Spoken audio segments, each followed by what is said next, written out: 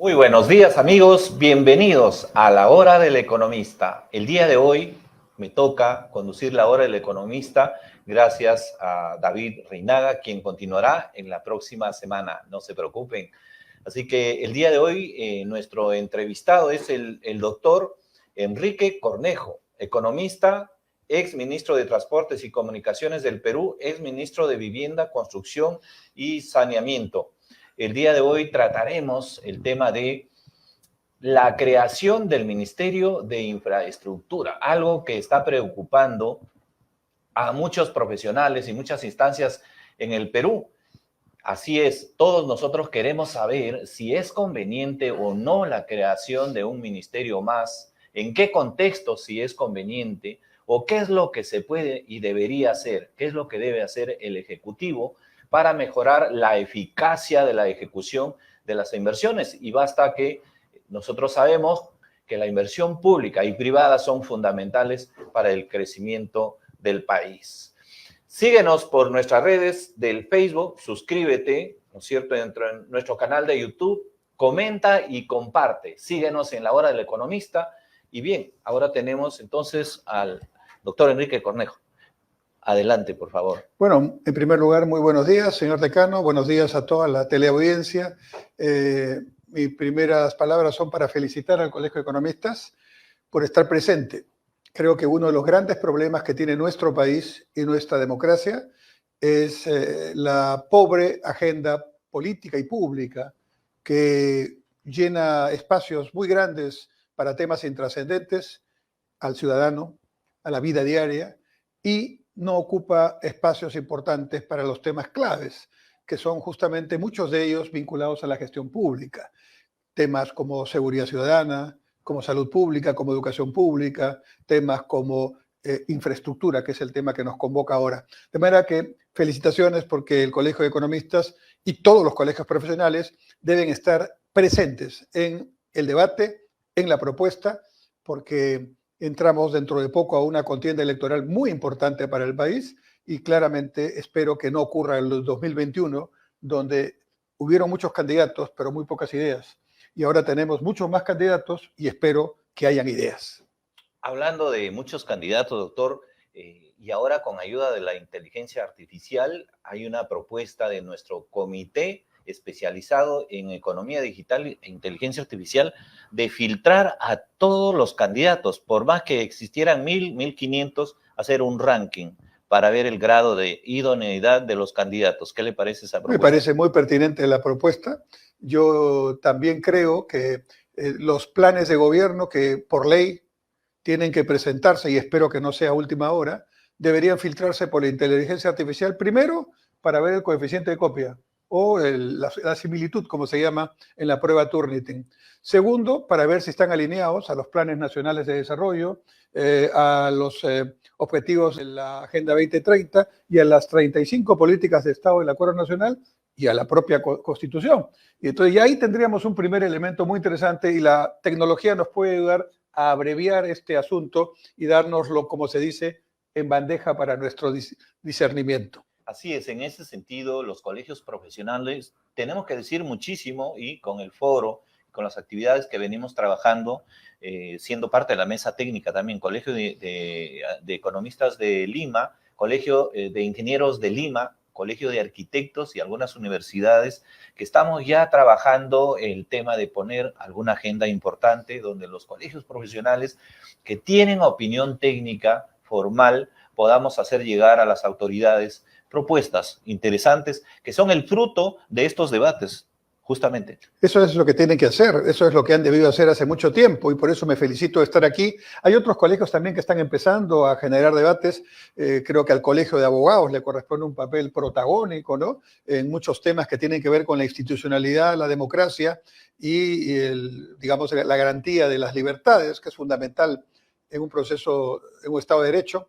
Creo que al Colegio Médico le corresponde hablar de tantos temas, como por ejemplo este que ha surgido recientemente con respecto al examen del Serum, para el Serum, ¿verdad?, de los médicos, donde ya dos universidades, una de ellas la universidad donde trabajo, la Universidad Mayor de San Marcos y su Escuela de Medicina de San Fernando, y la Universidad de Cayetano, se han abstenido de participar, porque ahora resulta que quienes están, digamos, desaprobados en un examen de medicina nacional, están pidiendo que se les dé el derecho de participar aún cuando estén desaprobados. Y la verdad que eso, por la salud de los peruanos, no es admisible. Eso no es político, tiene que ver con la vida humana. Artículo primero en la Constitución Política. Sí, efectivamente. Bueno, vamos al tema entonces Vamos. ahora sobre el tema de la creación del Ministerio de Infraestructura. Pero quisiera comenzar que, digamos, para qué hace falta para organizarnos, qué hay que tener en cuenta para plantear la estructura organizativa del Estado, en qué debemos basarnos primero, doctor, y enseguida, ¿por qué razones uno puede pensar que si lo que no funciona a nivel micro, por ejemplo, las unidades ejecutoras de gobiernos regionales, locales, inclusive los programas nacionales de infraestructura o de proyectos u obras, si eso no funciona, sería una justificación necesaria para crear un ministerio? Lo voy a hacer con una analogía. Nosotros los economistas a veces nos critican mucho por hablar de economía en términos difíciles, ¿no? Así es, ahora Así vamos a hacerlo fácil. Vamos a hacerlo en sencillo, como varios colegas estamos intentando hacerlo para socializar estos temas económicos, ¿no? Bueno, imaginemos que tenemos un vehículo. El vehículo se llama Perú. Así ¿no? es. Y que este vehículo está andando a una cierta velocidad. Esa velocidad es el crecimiento económico. Para que esa velocidad sea una velocidad mayor, que nos permita llegar a los objetivos más rápidamente, tenemos que poner el aceite al motor, tenemos que poner los filtros, tenemos que ver el aire de las llantas y sobre todo tenemos que poner gasolina. Así es. La gasolina es la inversión. Así es. Y la inversión es gasolina, vamos a decir, de cierta calidad y de otra calidad, vamos a decir, inversión pública, inversión privada. Pero la mayor parte de la gasolina que se necesita para ese vehículo es la inversión privada, 80% del total de la inversión bruta fija. Y entonces tenemos que garantizar que hay inversión privada de la pequeñita, de la mediana y la grande. La pequeñita es el nuevo, digamos, estante que va a comprar el de la bodega que está en la esquina del barrio. O es la máquina cortadora que el carnicero del mercado ha pensado comprar para mejorar su trabajo. O es la mediana empresa que está pensando en confecciones crecer, o es la gran empresa que también tiene esta tarea. La inversión privada debe avanzar y para eso se necesita confianza. Y la confianza es un intangible que no se escribe en un dispositivo. La confianza hay que ganarla. Hay que ganarla con señales claras. Mantenerla. Y mantenerla. Y la inversión pública, que es muy importante, pero lamentablemente no alcanza para satisfacer todo lo que necesita ese vehículo llamado Perú, es una inversión que tiene que hacerse eficientemente, eficazmente, transparentemente, rápidamente. Entonces ahí está un poco el tema. Pero hay un tema previo, señor decano, que usted lo mencionó. Y siguiendo con mi analogía, entonces el vehículo ya lo tenemos, no está yendo a la velocidad adecuada. Combustible también el combustible hay presupuesto. Algo del combustible, la inversión privada ha bajado por falta de confianza. Eso se puede corregir si es que, digamos, hay una voluntad de hacerlo. Pero hay un pequeño y gran problema previo. ¿Hacia dónde va este carro? ¿No? Vamos a suponer que está yendo en dirección sur. Entonces vamos a decir que, aprovechando que estamos en esta entrevista muy cercanamente ya a la fecha apenas acaba de pasar la fecha de aniversario de Arequipa, nos estamos yendo hacia Arequipa. Pero resulta que unas hojas de ruta dicen que nos vamos hacia Arequipa, otras hojas de ruta dicen que nos vamos a Chiclayo, otras hojas de ruta dicen que nos vamos a Huancayo. Entonces, lo primero que hay que hacer, ¿hacia dónde va el país?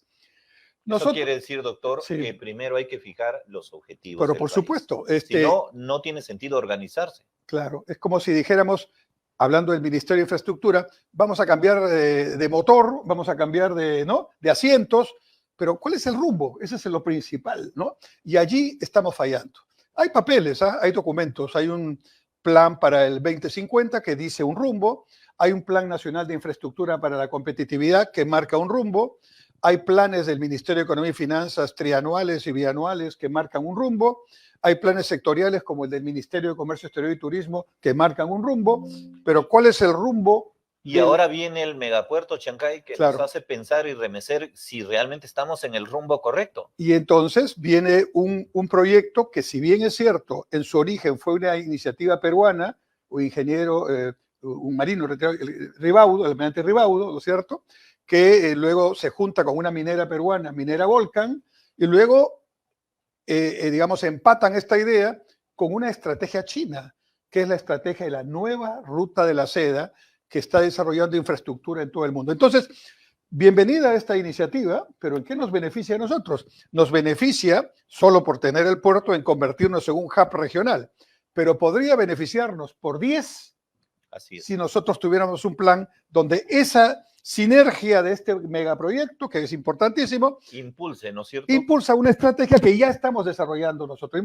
Podemos conversar de eso más adelante. Así es, doctor. Entonces, por un lado es a dónde queremos ir y ahora repensando el escenario geoestratégico del Perú, actualizar ese plan, ya tiene mapeado, está mapeando ese tema, pero también hay que ver si las condiciones actuales ameritan, justifican la creación de un ministerio, porque la ineficiencia, la ineficacia de las unidades ejecutoras de los programas nacionales realmente se debe a, digamos, a factores como que por falta de nuevas organizaciones o un nuevo ministerio, o realmente los sistemas administrativos de servicio civil, recursos humanos y el sistema de modernización del Estado no están funcionando. Sí, yo creo que no es el momento para hablar de nuevos ministerios, más ministerios o menos ministerios.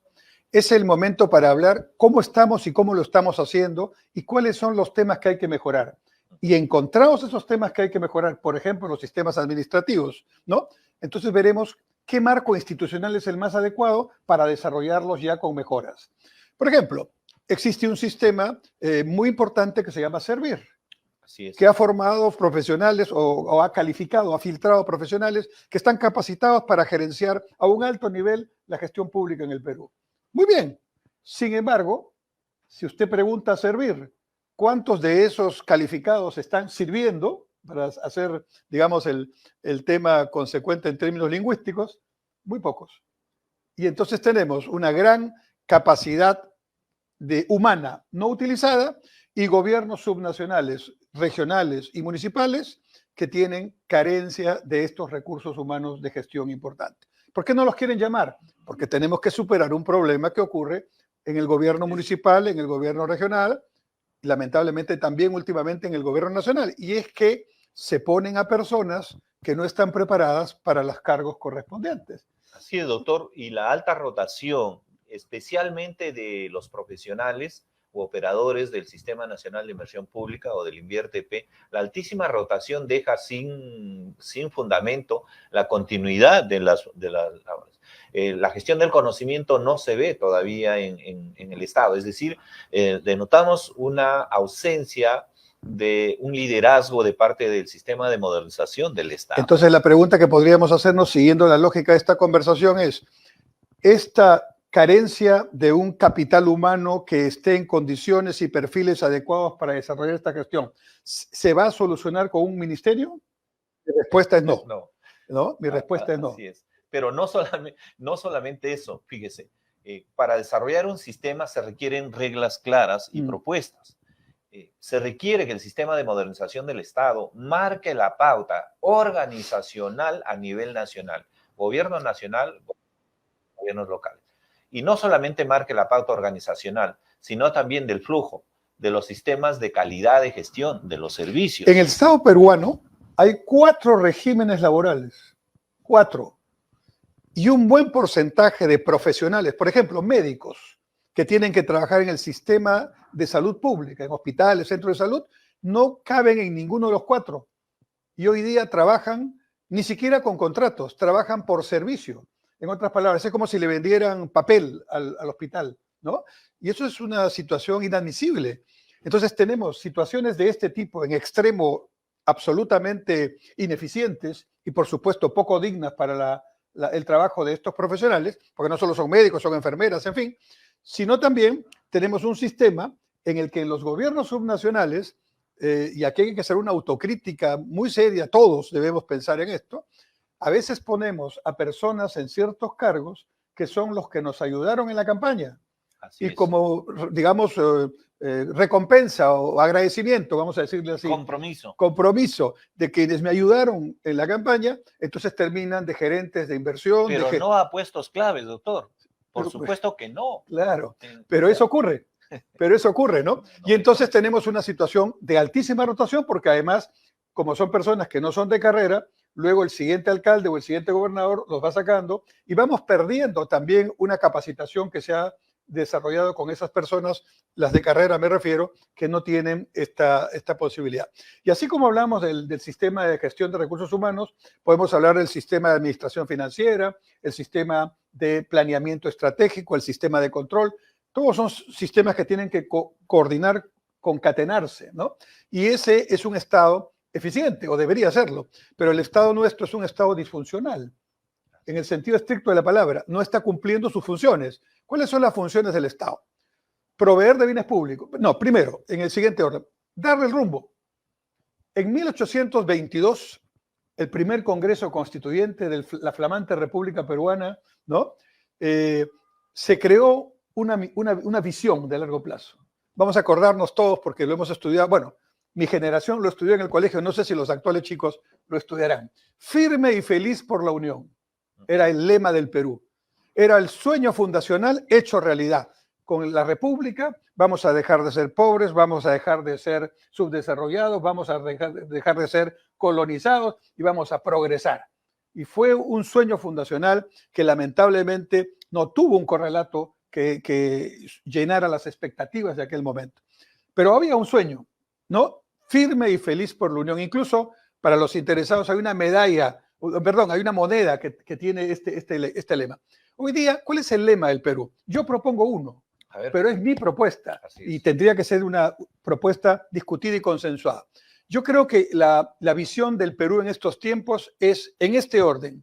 Perú, un país integrado, perdón, un país educado, integrado y feliz.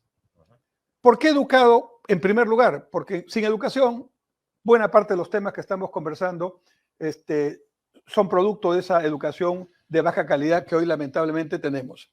Un país educado es un país que mira al mundo con autoestima, un país educado es un país que reconoce su identidad y es orgulloso de sus más de 5.000 años de civilización, un país educado habla inglés por lo menos u otro idioma internacional, un país educado tiene valores firmes que le permiten deshacer o no aceptar la corrupción y combatirla. Un país educado es un país que tiene reglas, por ejemplo, de seguridad vial y de prevención de desastres que no tienen que ser obligatorias, sino que cada quien es responsable de eso, porque la educación, la formación que tuvimos lo permite. Hoy no tenemos eso.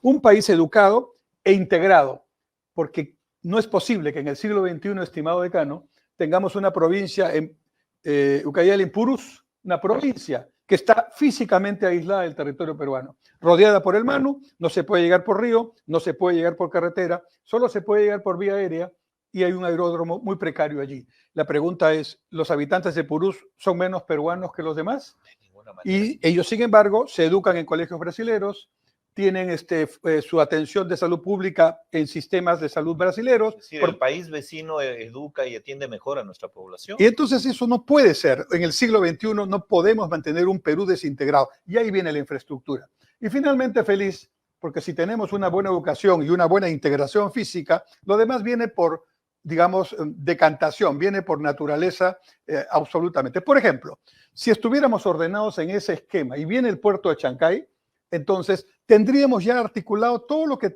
tenemos que hacer para que eso genere empleos para Perú, servicios para Perú, tecnologías para Perú, valor añadido para Perú, etcétera. Entonces, si quiere podemos comentar un poquito eso. Sí, vamos a tener una pausa en el siguiente bloque. Vamos a tener, estimados amigos, suscríbase a nuestro canal de YouTube. Hagan sus preguntas a través de nuestras redes sociales, que las vamos a estar leyendo y contestando, ¿no es cierto, doctor? Por supuesto, con mucho gusto. Vamos a responder, nos ponen en la pantalla, estamos ya con ustedes. Saludos, Gisela Bazán, dice por ahí, los saludos de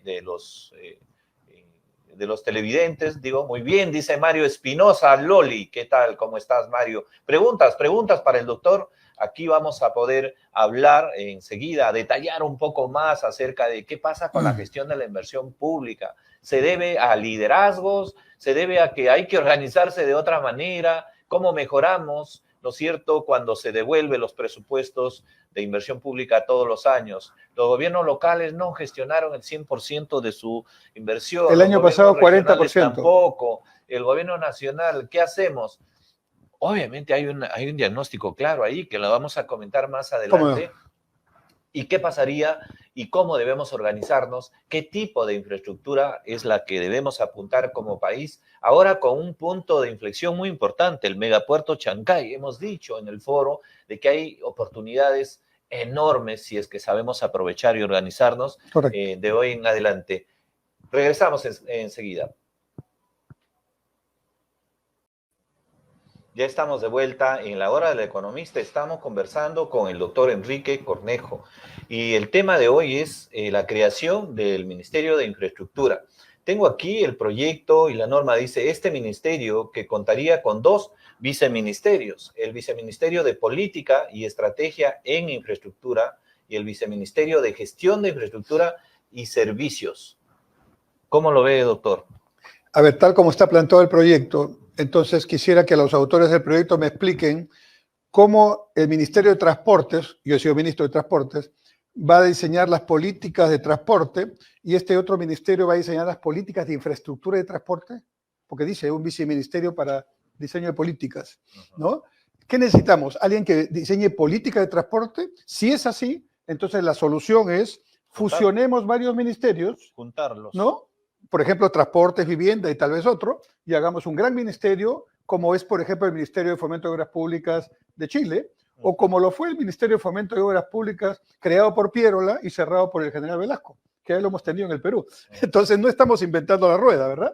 Así es. O, de lo contrario, creemos, esa sería mi propuesta, una agencia especializada de infraestructura, agencia pro inversión para promover las inversiones, agencia pro infraestructura para desarrollar por encargo de los ministerios determinadas obras que necesitan un apoyo especializado. Y ahí solamente habría una duda, doctor, de que funcione o no. Recuerde de la Autoridad Nacional con pero cambios. Es que es muy sencillo. O sea, ¿por qué no funcionan y por qué sí? ¿Qué qué ingredientes tendría para que sí ahora sí funcione? ¿Por qué funciona la agencia pro inversión? Porque la agencia pro inversión es un ente técnico con comités técnicos, pero su directorio son los ministros. Toman decisiones. Toman decisiones articuladas con lo que están trabajando en sus respectivas carteras. Y los proyectos son encargados en su promoción a esta agencia. En cambio... Pero aquí habría una diferencia, porque esta agencia tendría que ejecutar y Proinversión no maneja presupuestos. No, o sea, entonces la agencia Proinfraestructura tendría un directorio con los ministros que por encargo le den el trabajo de la construcción y equipamiento de esos proyectos. ¿Suena mejor? Diferente a esta agencia con cambios que ha habido. Bien, entonces hay diferencias, pero en la otra parte dice otro viceministerio de gestión de infraestructura y de gestión de servicios. Claro, ese sería... ¿Quién gestiona los servicios? Claro, a ver, ¿cuáles son los temas claves? Hablemos de la infraestructura. ¿Cuáles son los problemas claves de la infraestructura? Ya hablamos del primero, visión. La infraestructura no es en sí mismo un objetivo. La infraestructura sirve para... Es un medio. Un medio para que el ciudadano tenga un colegio digno donde estudiar. Para que tenga servicios. Para que el ciudadano tenga una carretera para que le permita llegar a su casa todos los días sin caminar horas de horas, ¿verdad? Para que llegue rápidamente a un hospital y pueda atender su salud. Para eso es la infraestructura. No es fierro, cemento, sino infraestructura para el ser humano. Repito, artículo 1 de la Constitución Política del Estado peruano. Dice así, la defensa de la persona humana y de su dignidad es el fin supremo de la sociedad y del Estado. Ahí debería terminar la Constitución y ese artículo no lo cumplimos. Entonces, primer tema, la visión. No la tenemos clara, no está la persona centrando nuestro accionar público. Segundo, hay un déficit de infraestructura. Lo tenemos, ya está medido. Son 150.000 millones de dólares en todos los sectores. La mayor parte es transporte. Ahí tengo mis dudas, doctor, sí. Porque se ha visto en el foro que inclusive las cifras en algunos instrumentos, como en el Plan Nacional de Competitividad y en otros, las cifras de brecha de infraestructura no son como tales. O sea, mejor dicho, hay que volver a recalcular. Sí, claro, siempre hay que actualizarlo. Con el megapuerto Chancay resulta que el tema de infraestructura productiva tiene que ser recalculada y reevaluada si es que queremos crecer, si es que queremos generar y acondicionar la oferta exportable. Esto es muy importante. Y ahí sale el aporte de los economistas. A ver, hay que ponerle números a todo, estimados amigos, pero no se preocupen si las matemáticas no les gustó en el colegio. Esto es más sencillo, pero hay que ponerle números. Miren, nosotros exportamos agronegocios por 10.000 millones de dólares, ¿ya? Pero tenemos algunos proyectos de infraestructura de riego que están por venir. Chaimochic 3, que va a poner el Valle de Chicama, que es muy grande, en posición competitiva y de producción. El proyecto Chinecas, en Ancash, ¿verdad? Hay también temas vinculados a Majes, al propio Chirapiura, etcétera, etcétera. Conclusión. Si esa infraestructura marcha y hay que tener ahí una gerencia muy buena para que estos proyectos estén rápidamente disponibles para la producción, entonces vamos a tener con el puerto de Chancay una ventaja importantísima para Perú. ¿Cuál es? Así es. Que los agronegocios que son perecibles requieren llegar en el menor tiempo posible al destino. Eso es una ventaja enorme. Y 12 días más rápido. Y entonces, si tenemos 10 o 12 días más rápido para perecibles, es una diferencia abismal positiva. Y entonces, ¿qué vamos a tener? Una posibilidad de entrar al gran mercado chino y a otros mercados del Asia en perecibles, o sea, en agronegocios, con mayor posibilidad. Y estos mercados asiáticos demandan nuestros productos, los demandan en gran cantidad. Podríamos duplicar, triplicar, cuadruplicar los agronegocios y tendríamos ya el canal establecido para poder llevarlos competitivamente. Pero entonces estos proyectos de irrigación tienen que tener una prioridad y una gestión adecuada para llegar a tiempo. Es ¿no? que este nuevo proyecto, el nuevo megapuerto, ya hace repensar las prioridades de inversión pública y privada. O sea, no podemos seguir con lo mismo porque ahora nos damos cuenta que tenemos que generar condiciones, ¿no es cierto?, para incrementar la oferta exportable. Por ejemplo, pero también para facilitar la vida de nosotros los peruanos. Por ejemplo, por supuesto, en esos 150.000 millones de dólares más o menos que hablamos de déficit de infraestructura, no está el tren de la costa. Tampoco está, esto se hizo antes de que tuviéramos la noticia positiva del megapuerto de Chancay. Entonces hay que replantearlo, hay que actualizarlo. ¿Pero por qué? En noviembre viene el presidente Xi Jinping y inaugura el puerto de Chancay. O sea que ahí hay un buque ya chino que ya está programado para venir ese día. Entonces, ese puerto va a traer carga para nosotros, peruanos, y va a traer carga para toda América del Sur y viceversa hacia el Asia. Muy bien. Entonces, ¿qué tenemos que hacer en primer lugar? Agilizar, señor ministro de Transportes. Agilizar significa estar todo el día ahí siguiendo los detalles, porque en los detalles está el diablo, ¿verdad? Para que el tren de cercanías norte para Monga Callao empiece ya en su proceso de construcción. Como no lo tenemos todavía, y en mi experiencia, haciéndolo bien, mínimamente esos son 2 años y medio. Entonces ya tenemos un desfase entre el puerto que ya está funcionando y el tren que tiene que acercarnos al puerto. ¿No es cierto? Segundo, los camiones mientras tanto van a ser los que llevan y traen. Ya es un caos la carretera panamericana cuando uno llega a Ancón, ¿verdad? Desde luego. Y ahora vamos a tener camiones adicionales que quieren llegar a Chancay o que quieren salir de Chancay.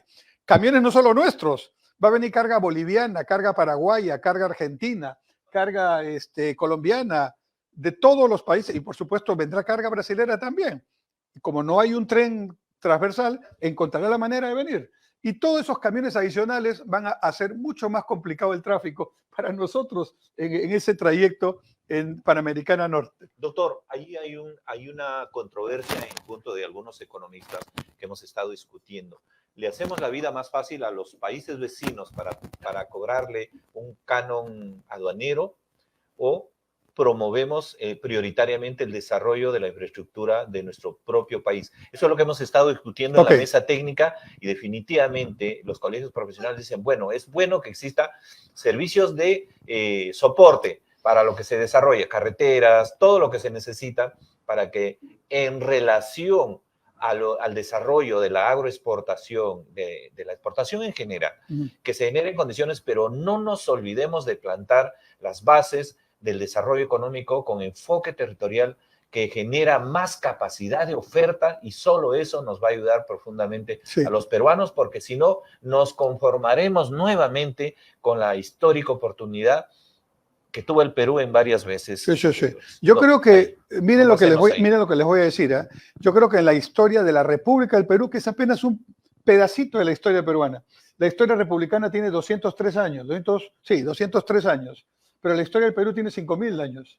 4.500 años del antiguo Perú hasta los incas, 300 años de virreinato y 200 años de república. O sea, parafraseando a Luis Alberto Sánchez, somos un país adolescente, ¿no? Todavía. Y parafraseando a Basadre, somos un país que tiene problema, pero tiene posibilidad.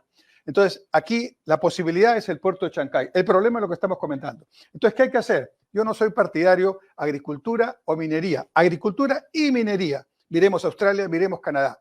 Yo no soy partidario de ciudad y campo, los dos, ¿no? Como muchos países en el mundo.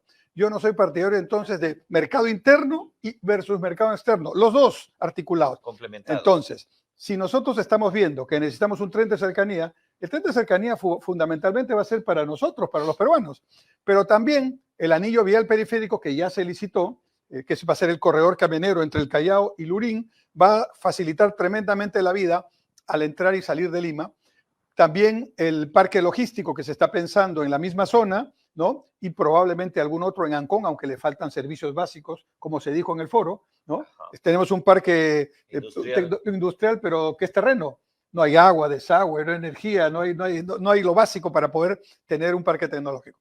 Y luego tenemos que articular, porque para mí, Chancay no hay que mirarlo como Chancay solamente. Así es. Hay que mirarlo como Perú, es decir, Paita, miren lo que voy a decir. Terminal portuario de Paita, terminal portuario Chancay, terminal portuario del Callao, terminal portuario de Pisco, terminal portuario de Matarani y ojalá Corío en Arequipa. Ojalá. Ya, este grupo, esta sinergia de puertos, todos en su trabajo que ya realizan, pero mirando al Asia-Pacífico.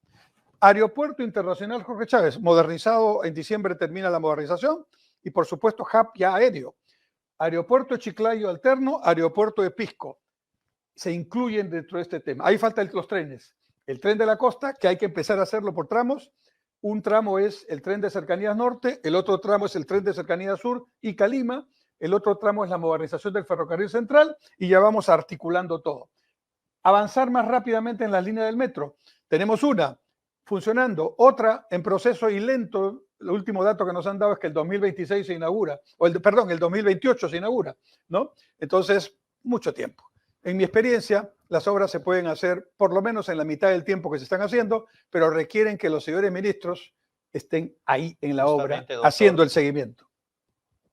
Ahí se dice justamente porque son obras tan grandes y todo, por eso queremos un ministerio, para que lo haga ya y rápido. ¿Qué podría decir eso? Usted puede poner 3 ministerios de infraestructura y la obra no va a ser rápida. ¿Sabe por qué? Y lo voy a explicar en sencillo. Usted planifica una obra y el Perú, que tiene 5.000 años, ha crecido de abajo hacia arriba. O sea, el señor de Zipán, cuando lo encontraron en los 80, su antecesor, el antiguo señor de Zipán, está abajo. Y probablemente el abuelo está más abajo. ¿No es cierto? Conclusión. Uno pone la calicata de que estaba en el plano supuestamente libre y encuentra un antiguo canal de regadío inca, o tal vez no tan inca, republicano, pero hace 50 años que ya no se usa, simplemente lo taparon, ¿no? Encuentra un camino inca, ahora sí, que hay que preguntarle a la cultura qué hacemos con este camino, lo sacamos, lo resguardamos, encuentra una tubería, encuentra también, porque así somos de desorganizados, una red de telefonía que ha sido puesto hace 15 años, ¿no es cierto? Y entonces usted tiene que parar, eso se llaman interferencias. Eso no está en el proyecto. Así es. Y entonces hay que encontrar una manera concreta. ¿Por qué los Juegos Panamericanos Lima 2019 pudieron hacerse en tan corto tiempo? Claro. Porque cuando esas interferencias aparecían, estaba, así como estamos sentados nosotros, el constructor, el Estado, el Contralor, los organismos supervisores, los asesores ingenieros, y todos tomamos la decisión. ¿Qué hay que hacer acá? Todo mudarlo. fluye. Todo. Mudamos a la izquierda. Ok, lo mudamos a la izquierda. Firmen el papel, listo. Adelante. ¿Qué pasa en la situación normal? ¿No? Documento, memo a tal otra entidad. Esta otra viene Contraloría, dice no, esto no es así. En fin, y se pasan semanas y meses y ahí está el problema. Muy bien. Hay preguntas. Muy bien. Aircon del Mining Perú. Aircon Mining Perú. Pregunta específica. ¿Dónde direccionar las actividades de los pescadores artesanos que verán mermadas sus actividades, valga la redundancia, artesanales? A ver, doctor, ¿qué comentario? ¿Los artesanos de qué manera se perjudican en este momento? O más bien, ¿hay oportunidades para eslabonarlos con otras actividades? A ver, en primer lugar, yo creo que la pesca artesanal, que es importantísima porque genera empleo y además contribuye a la seguridad alimentaria, está solo de nombre apoyada por el Ministerio de la Producción. Hace tiempo ya existe un proyecto para desarrollar en varias partes de la costa del Perú unos enclaves para exclusivamente pesca artesanal. Pero ahí están, ¿no?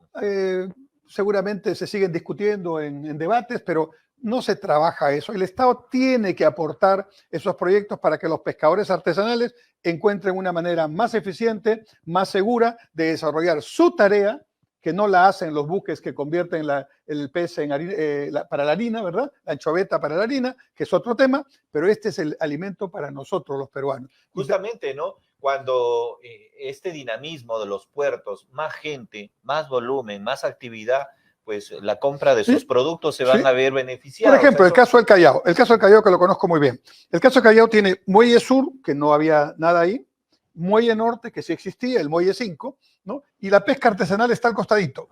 Entonces, ahí hace tiempo hay un proyecto para trasladarlos a Ventanilla y ponerles todo un terminal artesanal pesquero, ¿no?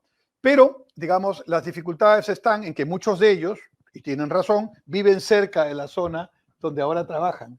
Y mudarse significaría, en este momento para ellos, un costo. Pero bueno, eso a mí se puede solucionar. Hay muchas personas que van a ir a trabajar a Chancay y van a regresar en el tren de cercanías en la noche a su casa en Lima. Así que pudieran seguir viviendo donde viven, levantarse muy de madrugada para ir a su puerto pesquero en Ventanilla, por ejemplo, estoy hablando de Callao, y regresar a su casa en el terminal. Lo que tenemos que hacer como Estado es poner las facilidades para que puedan desarrollar su tarea. Perfecto, doctor, muchas gracias. Hay un comentario de Fabio Quispe: en lo que va del gobierno de Dina Boluarte, se debe fortalecer a la Autoridad Nacional de Infraestructura y no crear nuevos ministerios. Sí, lo que dice Fabio está en la línea de lo que estamos conversando. Yo agregaría que la experiencia de la Autoridad Nacional de Infraestructura tiene que ser mejorada en el sentido mirar proinversión. Los ministros arriba dando la coherencia de la política y el ejecutor haciendo la tarea que los ministros dicen. Ese sería mi aporte, pero estoy en la misma línea. No se trata de crear más ministerios. Sigan comentando, sigan haciendo sus preguntas. Compartan esta transmisión en grupos WhatsApp, La Hora del Economista, el doctor Enrique Cornejo y José Herrera. Estamos para comentar sus preguntas, analizar la situación de la creación, esta propuesta de ley de creación del Ministerio de Infraestructura. Leoncio Fernández Aguilar, mis saludos, doctor Cornejo. ¿Quién más? ¿Cuánto demoró su obra del tren eléctrico? Dice. Ahí sería hacer, bueno, un comentario objetivo, obviamente. ¿Qué pasó? ¿Por qué? ¿Qué condiciones? ¿Y qué lección aprendida se puede traer de esto para los trenes que sí se requieren desde el norte, desde Tumbes hasta Tacna, ¿no? La obra del tren eléctrico empezó en los años 80. Y construyó cerca de 10 kilómetros entre la base que está en Villa El Salvador y el puente a Tocongo. Los gobiernos, que básicamente fue el gobierno de Fujimori y digamos, incluido los gobiernos de Paniagua y Toledo, no hicieron nada allí. ¿Y eso, doctor, usted por qué cree? ¿Es una desidia política? No, para mí, ¿no le dieron utilidad? Para mí tiene una frase: mezquindad política. Como es un proyecto asociado a un gobierno que no es el afín a nosotros, no nos importa. Cuando aquí el objetivo es el ciudadano. Y el tiempo nos ha dado la razón. Sí, pero por supuesto. A ver, entonces, para contestar la pregunta. Entonces, el tramo de la línea 1 que va de Villa El Salvador, que ya existía hasta el puente a Tocongo, y de puente a Tocongo hasta el Hospital 2 de Mayo, que es el llamado tramo 1, se hizo, Pedro, en 18 meses. Ahora le voy a explicar por qué se hizo en 18 meses, porque se hizo muy bien en 18 meses. Hace poco acaba de ser cumplido el pasaje en 1.000 millones. 1.000 millones de pasajeros, o sea, no es que 1.000 millones de pasajeros, sino que varios han repetido, ¿verdad? Van todos los días. 1.000 millones de pasajes vendidos. Eso quiere decir que hay 350.000 personas que toman cada día la línea 1 del tren, ahorran 3 soles porque es 2 micros menos, ¿no? Ahorran 1 hora y media, y ya todo eso es a la vena, beneficio, bienestar para la gente. 18 meses, ¿sabes por qué lo hicimos? Primero, señor, porque yo estaba todos los días en la obra. Yo, ministro, llegaba a las 3 de la mañana, 5 de la tarde, y yo sabía más que el ingeniero residente, y cualquier problema que aparecía lo solucionábamos, como en lo que decía el método este que se usó en Lima 2019. Segundo, porque usamos un sistema de contratación de concurso oferta a precios unitarios, que el gobierno de Humala no quiso seguir para la línea 2. Justo en las exposiciones Sí. que hizo el viceministro, se vio la tendencia de crecimiento del país y justo en el gobierno de Humala, que la tendencia era hacia arriba, Sí. cambió de trayectoria. ¿Por qué? Porque hay un tema que tenemos que reflexionar. Es un tema de muchas autoridades. Adán estaba en el paraíso, ¿verdad? Cuando recién se creó, dice la Biblia, digamos, todo el mundo. Bueno, algunos creen que son Adán. Llegan a la gestión pública y empiezan a la redundancia, empiezan a generar políticas que creen nunca se han hecho en el Perú. Si se hubiera hecho la línea 2 con el mismo método de contratación de la línea 1, ya tuviéramos línea 2 y estuviéramos en las 3 y 4 funcionando. Pero bueno, segundo tema, el nivel de contratación. Tercer tema, para que vean los detalles de la infraestructura. Si yo hago un tren en medio de una ciudad de 10 millones de personas que todos los días van al colegio, a la universidad, a su trabajo, yo no los puedo decir, señores, ¿saben qué? Durante 18 meses dejen de ir a la universidad, al colegio, a trabajar, porque voy a hacer la obra del tren. No, todos siguieron haciendo su obra. Entonces había que hacerla con el menor impacto posible. Trabajábamos día y noche, en 2 turnos de 8 horas. Además de eso, pusimos un método constructivo que era el más rápido. ¿Cuál era? Normalmente se ponen las columnas, se hace el vaciado y se espera que seque, ¿verdad? Claro. Ya, eso demora mucho. ¿Saben cómo lo hicimos? Con prefabricados. Pero el problema era dónde ponemos la planta de prefabricados. Cada prefabricado tiene 40 toneladas de peso. Son 3 vigas, entre cada columna hay 3 vigas que sostienen el viaducto. Entonces dijimos, a ver, el terreno más cercano para hacer una planta de prefabricados está en Villa María del Triunfo. ¿Ustedes se imaginan un tractor llevando a 5 kilómetros por hora una viga de 40 metros o 50 metros de 40 o 30 toneladas? Me hubiera paralizado todo el tráfico. Entonces, ¿sabe qué hicimos? Una partecita de la Videna, de nuestra selección de fútbol, la dedicamos durante 18 meses a construir vigas. Entonces, en la madrugada, cuando todos dormíamos, salía el tractor a 5 kilómetros por hora, ponía la viga y cuando el señor se levantaba, la señora se levantaba, encontraba que había una cuadra de viga y por eso lo hicimos en 18 meses. Entonces, son ejemplos. Pero lo que me está preguntando, 18 meses fue la fase constructiva. Totalmente lo que ha pasado y el tiempo nos dio la razón de que el tren era necesario y se concluyó. Y ahora Francisco López, perdóname, decano, dice, el problema del país es que no hay planificación estratégica de desarrollo. El CEPLAN lamentablemente no tiene el peso como el BCR. ¿Sabe qué haría yo, Francisco? Yo sentaría al director del CEPLAN en el Consejo de Ministros. Solamente con la intención de que todos los que los señores ministros discuten, levante la mano y diga, en relación al plan, esto va, esto no va, porque está contradiciendo, miren el dato, y cómo ganaríamos en calidad. Pero por supuesto. Para que armonice. Muy bien, interesante. Estimados amigos, compartan su transmisión, hagan sus preguntas, encantados. Excelente debate, dice Mario Alfonso, con un expositor de alto nivel como es el colega Enrique Cornejo, bien por el Colegio de Economistas de Lima. Leoncio Fernández Aguilar, felicitaciones y saludos al decano del Colegio de Economistas de Lima por tan importantes temas. Doctor, el tiempo es oro. Es oro. Yo diría, y en gestión pública el tiempo es vida. Es vida. Porque tiene que ver con las personas. Sí. Y también con la permanencia del cargo de las grandes autoridades. Así que hay que aprovecharlo al máximo. Hay muchísimos temas, esperamos contar con su persona, pero aquí quería hacer unos comentarios para ir cerrando ya el tema del Ministerio de Infraestructura.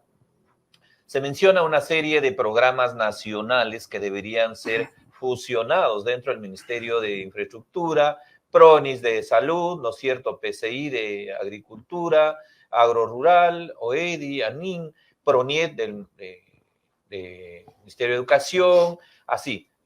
Programa Nacional de Saneamiento Urbano, Rural, etcétera, PONDES, Provías.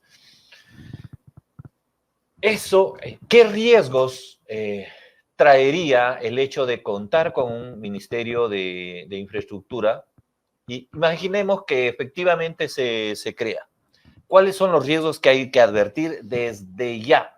De qué puede pasar y a qué habría que apuntarle, ¿no es cierto? ¿Qué riesgos? Y bueno, que como toda obra, algo de bueno tiene que tener. Entonces, qué ventajas podría traer, aún cuando parece que no Bueno, es la solución. empecemos por la ventaja. Yo creo que la preocupación por la infraestructura es positiva. Hay que encontrar una salida. O sea, la propuesta del Ejecutivo es el Ministerio de Infraestructura. Mi respuesta es, podría ser, pero en este momento, tal por todo lo que hemos conversado, no parece ser la solución más adecuada. ¿Por qué? Ahora voy por los riesgos. Primer riesgo, quien sea el ministro de allí, pues va a tener que ser un superministro que conoce un poco de carreteras, de puertos, de aeropuertos, también de viviendas, también de agua, también ¿De agricultura? de drenaje pluvial, también de energía. No, yo creo que no estamos en una situación como para que se cree un superministerio, que por cierto ya existió nuevamente. Yo mismo no debo caer en el complejo de Adán, ¿no?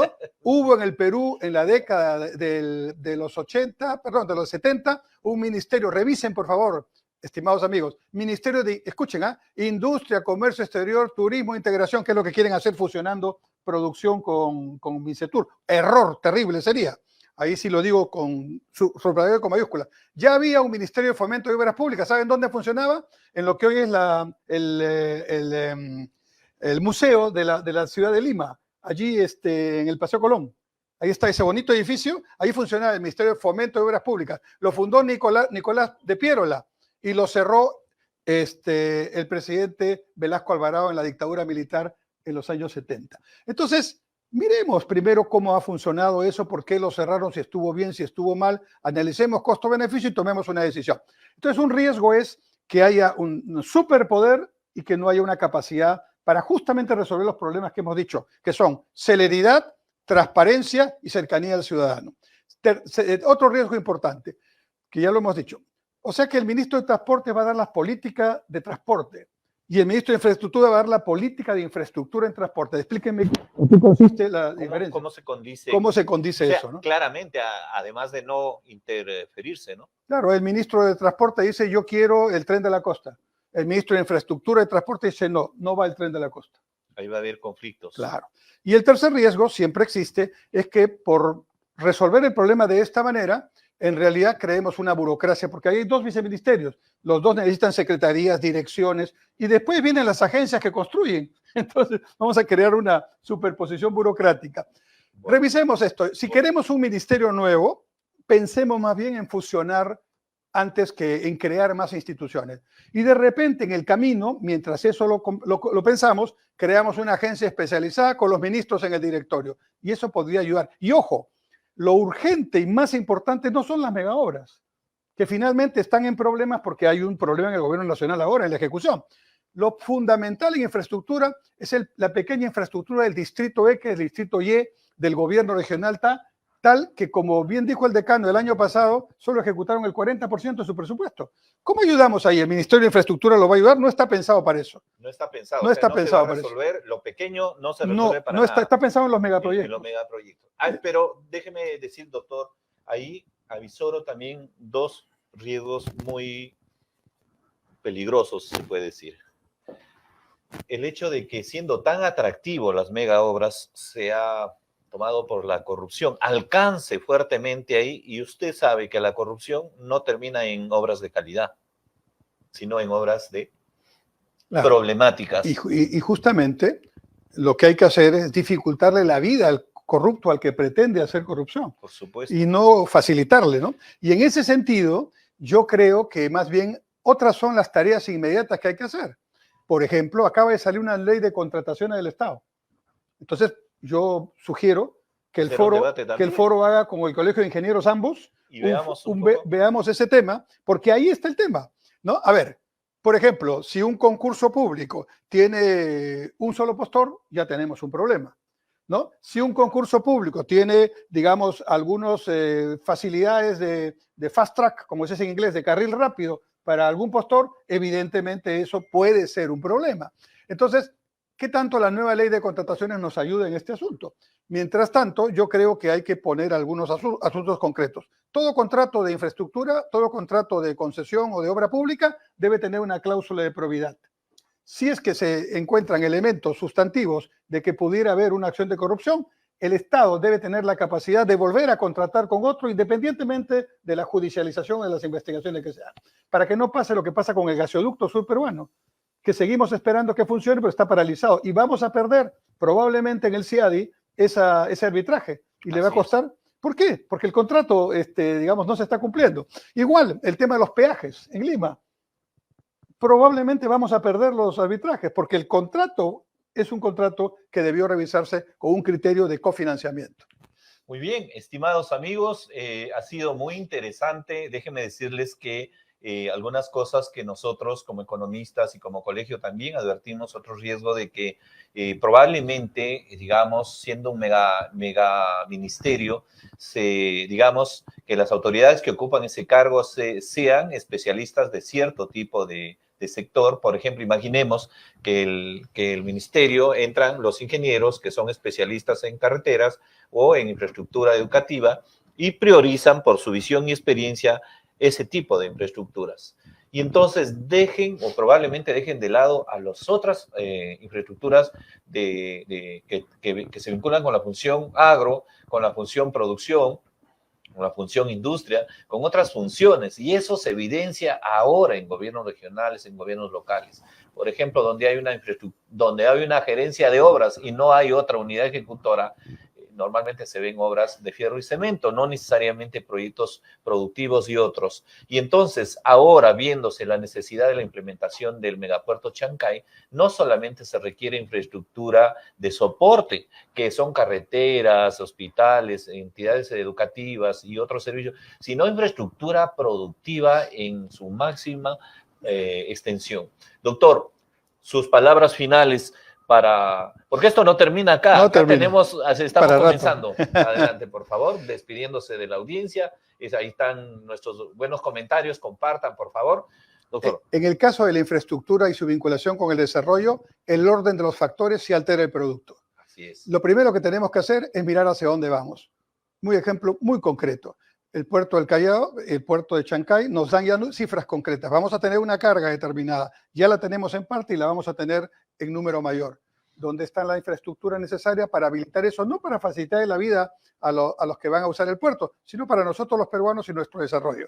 Eso lo ponemos a 20 o 30 años por delante. ¿Cuánto de inversión necesita? ¿Queremos duplicarla? ¿Queremos triplicarla? Perfecto. ¿Cuánto va a ser inversión privada? ¿Cuánto va a ser inversión pública? En la inversión pública, ¿cómo lo vamos a hacer? Cofinanciamiento, autofinanciamiento, pago por impuestos, gobierno a gobierno. Y luego decidimos qué medio, digamos, organizativo es el más adecuado para sostener este proceso en los próximos 20 años. Lo que estamos haciendo ahora es poner la carreta delante de los bueyes. Primero decidimos la organización y todo lo demás sigue pendiente, ¿no es cierto? Y eso no puede ser. Pero lo positivo, para quedarnos con una idea positiva, es que la sola presentación de este proyecto ha generado un gran debate sobre infraestructura. No nos quedemos solamente en el entusiasmo y hagamos de esto un punto de inflexión. Bien. Agradecemos al doctor Enrique Cornejo por su excelente participación y sabios comentarios que nos está dando desde aquí, del Colegio de Economistas de Lima.